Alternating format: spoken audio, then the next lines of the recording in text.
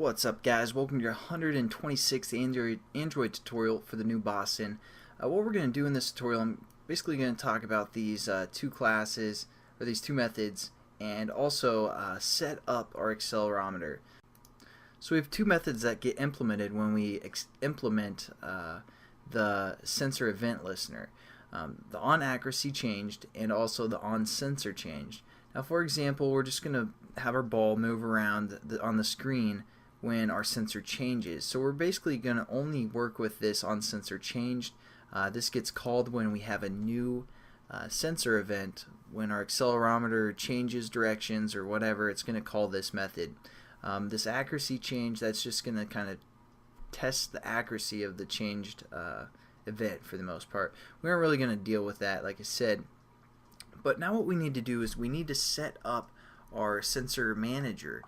Basically, we're going to check if the device has a accelerometer.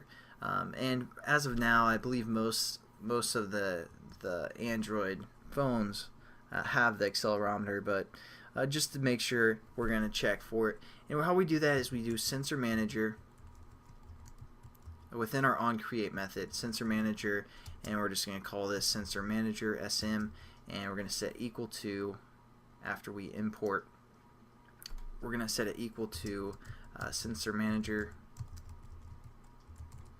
and then we're going to say get the system service, which we've used before. Whoa, can't spell. And then we're going to say the context dot, and we have an option called sensor service.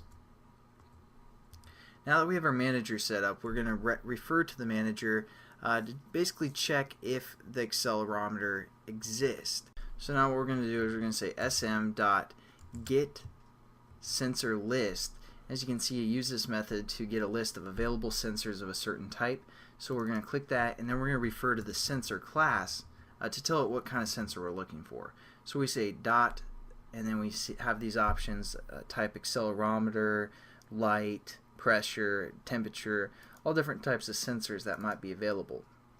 So we're going to hit that, and then after that we're going to say dot size. When we use this size method, if this statement is equal to 0, that means there's no sensor available. So what we're going to do is we're going to create an if statement, and then we're going to say as long as this is not equal to 0, we're going to do whatever within these brackets. And then we just have to finish off our if statement like that.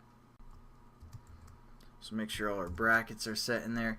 Alright, just formatted it. So now basically we've checked from our system manager if the accelerometer exists, and if it does, what we're going to do is we're going to set up a sensor. So we set up our sensor, and we're going to call this sensor like S, something like that. What we're going to set this equal to is refer to our manager that we set up, so sm dot, again, get sensor list, and within the type, again, we're just going to say sensor dot type accelerometer again, and this time instead of saying the size, we're just going to say get. And as you can see, it takes an int location, so we're just going to say 0 here, and that's fine. Kind of setting up our initial spot. So now we're going to kind of register our sensor and our manager and all that stuff. So we're going to refer to our sensor manager, and then we're just going to say register listener, and we're going to choose this second option here, where we take a sensor event listener, a sensor, and an int for the rate. So for our listener, what we're going to do is we're going to set this equal to our the context of this, and for our sensor, we're going to refer to the sensor we just set up as S, and for our rate, we can refer to our sensor manager or sensor manager class, and we can pull different rates that is going to update our sensor, because sometimes we don't want to update as fast as possible, and you know, they have different rates of how quickly your sensor is going to try and update or process the information. So if you have an application you want to update as fast as you can choose like this fastest, which you probably don't need. We're just going to choose sensor delay normal, you know, because this application is going to be somewhat normal, and then we're just going to hit finish. And we are pretty much done with this tutorial, guys. And also, this, just to let you guys know, this can be this is a Boolean value type statement, so you can set up like a checking whether this returns true or false if you want. But there we go. We're pretty much done with this tutorial, guys, and I'll catch you in the next one. Have a good one.